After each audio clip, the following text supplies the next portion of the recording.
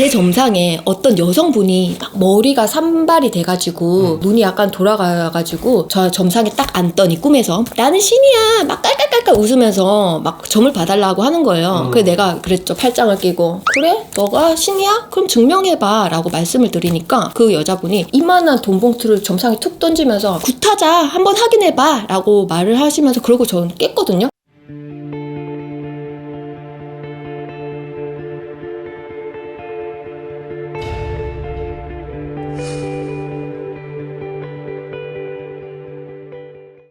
안녕하세요. 일광천무입니다.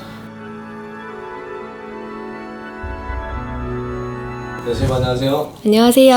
선생님께서 오늘 또 많은 고심 끝에 이렇게 또 주제를 또 이제 또 선정을 해주셨던 게 신이 바라보는 이제 무속의 세계가 어떤 세계일까 이야기인데 이제 어떤 이야기죠? 이게 제가 방송 주제를 신과 관련돼서 안 함에도 불구하고 신과 관련돼서 오시는 분들이 좀 많아요. 많이 오세요. 네. 그러다 보니까 또 자연스럽게 이런 주제를 정할 수밖에 없었고요. 제가 꿈을 꾸고 실제 일어났던 일들과 조금 약간 콜라보를 해서 오늘 주제를 말씀을 드릴 건데요. 예전에 처음에 신 받기 전에 저희 할머니가 막 뚜벅뚜벅 걸어오면서 하셨던 첫 마디가 그거였어요. 어우 무당이 왜 이렇게 많아졌어? 이렇게 말씀하셨거든요. 신이 바라봤을 때 이 무속에도 분명히 문제점을 알고 있어요. 저 사람은 신이 아닌데 신을 내려서 문제가 생기겠구나. 이건 신은 아세요. 예를 들면은 제가 예전에 꿈을 꿨는데 무슨 꿈을 꿨냐고 하면은 제 점상에 어떤 여성분이 막 머리가 산발이 돼가지고 눈이 약간 돌아가가지고 저 점상에 딱 앉더니 꿈에서 나는 신이야 막 깔깔깔깔 웃으면서 막 점을 봐달라고 하는 거예요. 그래서 내가 그랬죠. 팔짱을 끼고 그래? 너가 신이야? 그럼 증명해봐 라고 말씀을 드리니까 그 여자분이 이만한 돈봉투를 점상에 툭 던지면서 굿하자 한번 확인해봐 라고 말을 하시면서 그러고 저는 깼거든요. 이게 뭔가 조금 다음에 오신 손님과 연관이 되어 있으려나 했는데 아니나 다를까 그 꿈을 꾸고 그날 아침에 오는 첫 손님이 다른 곳에서는 전부 다 자기 보고 신이라고 했대요. 그래서 본인도 이제 신을 받아야 될지 고민을 하고 있고 심지어 이제 방울부채는 다 사놨고 신을 받아야 될 그 신당에 방울부채를 올려놓고 삼산 날짜까지 정했대요. 그런데 제가 봤을 땐 뭔가 조금 이상한 거예요. 그래서 공판굿을 한번 좀 하자. 제가 왜 자꾸 이제 공판굿을 하자라고 하냐고 하면은 저도 제가 공판굿을 받으면서 무당인지 아닌지 제 스스로 느껴야지만 이건 납득이 되지. 상대방이 너 신이야 아니야 라고 말을 하면 계속 의심이 끝도 없거든요. 그래서 이 분이 굿을 날짜를 잡고 희한하게 자꾸 밤마다 저한테 전화를 해서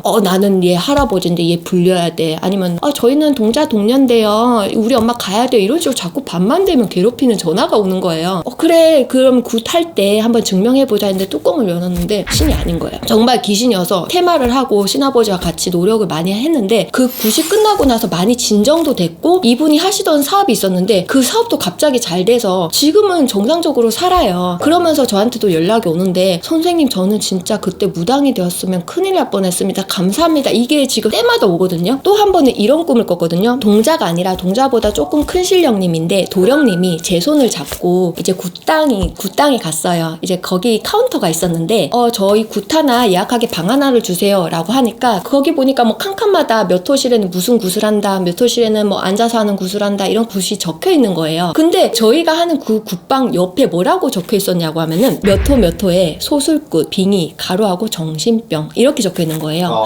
이게 신에서도 아는 거죠. 이 제자가 정말 옳게 신이 와서 하는 건지 아니면 정말 정신적으로 질환이 있는데 신을 받아서 이렇게 소술굿, 불림굿 절차를 받는 거지. 신은 알아요. 인간은 잘 몰라도. 근데 이게 조상병이나 귀신병이나 신병의 결국은 증상이 요즘엔 다 비슷비슷해요. 가리는 게 정말 힘들어요. 이제 정말 그렇게 오시는 분들이 막상 굿을 해보면은 아닌 경우들이 대부분이었거나 아니면 신이 정말 맞는데 아직 신을 모시면 안 되는 시기이거나 이런 경우들이 좀 대부분이었거든요. 근데 설사 이게 신의 길이 정말 가지 마라 하지 마라 다른 길로 한번 생각을 해봐라 라고 말씀드릴 수밖에 없는 게 신이라고 하는 존재는 정말 무섭거든요. 예를 들면 정말 제자야. 기도터를 갔어. 21일 기도든 70몇일 기도든 100일 기도든 몫을 잡고 정말 기도를 했는데 그럼에도 불구하고 산에서 내려가서 잘못됐다라는 경우의 소식들을 제가 기도터 갈 때마다 들어요. 아니면은 기도터 가서 뭐 신과의 약속을 어겨서 정말 무당이 죽는 사례도 조금 몇 번 들었고요. 이게 정말 무섭거든요. 신의 세계는. 이게 신을 모셨는데 잘못 모셔가면 정말 가족 전체가 돌아가면서 아프다든지 본인조차 정신적으로 정신병에 걸린다든지 이런 경우가 많은데 요즘 정말 문제가 되겠구나 생각하는 게 뭐냐면은 무당이라는 존재가 미지의 세계에서 조금 약간 숨어서 좀 드러나지 않아야 되는데 왜 제가 예전에 유튜브 방송에 그거 찍었잖아요. 이제 무당도 인플루언서화가 되고 있고 연예인화가 되고 있고 사람들이 이제 볼거리 즐길거리로 조금 소재가 바뀌어가는 것 같다고 그랬잖아요. 무당들이 드러내지 말아야 되는데 드러나게 되다 보니 하물며 연애 프로그램에도 무당이 나오다 보니 이제 일반인들이 무당에 대한 업에 대해서 굉장히 친숙하게 알게 돼요. 정말 이제 무당도 신이 인간을 선택하는 게 아니라 인간이 신을 선택을 해서 신을 받게 되고 이제 신을 받았는데 막상 보이고 들리고 느끼지지가 않으니까 엎어먹고 쓰레기통에 갖다 버리고 만물상에 그냥 얼마치 팔아 넘기고 당근에 올리고 이런 상황이 일어날까 하지만 벌써 일어나고 있어요. 그래서 결국은 제가 예전에 뭐 지리산에서 미치광이들이 늘어날 것이다 라고 하는 그 속에도 아마 무당에 이런 문제들도 있지 않을까. 그리고 마지막으로 하나 또 말씀을 드리고 싶은 게 꿈에서 또 이런 말씀을 하셨거든요. 단지를 모시는 행위는 사람의 영을 갉아먹는 행위다 라고 하셨거든요. 신령님들이. 이게 무슨 말씀이냐고 하면은 단지를 모시면서 내 건강과 내 명이 바꿔진다는 거예요. 단지가 들어오면은 내 건강이 나간다는 거거든요. 무당들도 분명히 단지로 모셔야 될 신명이 있어요. 근데도 불구하고 무당들이 단지를 굉장히 드리는 걸 정말 좀 엄격히 하는 게 뭐냐고 하면 신을 모시는 제자조차 단지를 잘못 모시게 되면은 무당이 갑자기 건강이 악화되거나 잘못되거나 막히거나 이런 일들이 일어나는데 하물며 일반인이 단지를 모시면 어떤 일들이 일어나겠어요. 하물며 신의 세계를 열게 되면 어떤 일들이 일어나겠어요. 다 잘못된단 말이죠. 그래서 앞으로의 걱정은 이제 하지 마세요도 아닌 것 같아. 그냥 이제 앞으로 이 세계가 과연 어떻게 될까. 젊은이들은 이제 신과 관련돼서 자꾸만 뛰어들고 방송을 찍는데 앞으로 참 걱정이 많이 됩니다. 어쨌든 뭐 이 세계를 접하시는 분들께서는 신의 무서움을 좀 아셨으면 좋겠고 정말 신의 길을 가야 되나 안 가야 되나 이 명확성을 정말 좀 까다로운 선생님께 판단을 지어보셨으면 좋겠습니다. 오늘의 주제가 좀 많이 도움을 되셨길 바라면서 다음 방송에 뵙겠습니다. 감사합니다.